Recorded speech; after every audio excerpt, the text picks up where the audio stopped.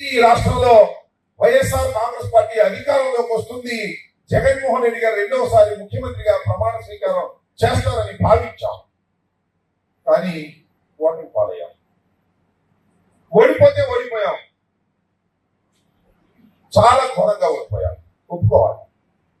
కేవలం 11 సీట్లు మాత్రమే గెలుచుకున్నాం.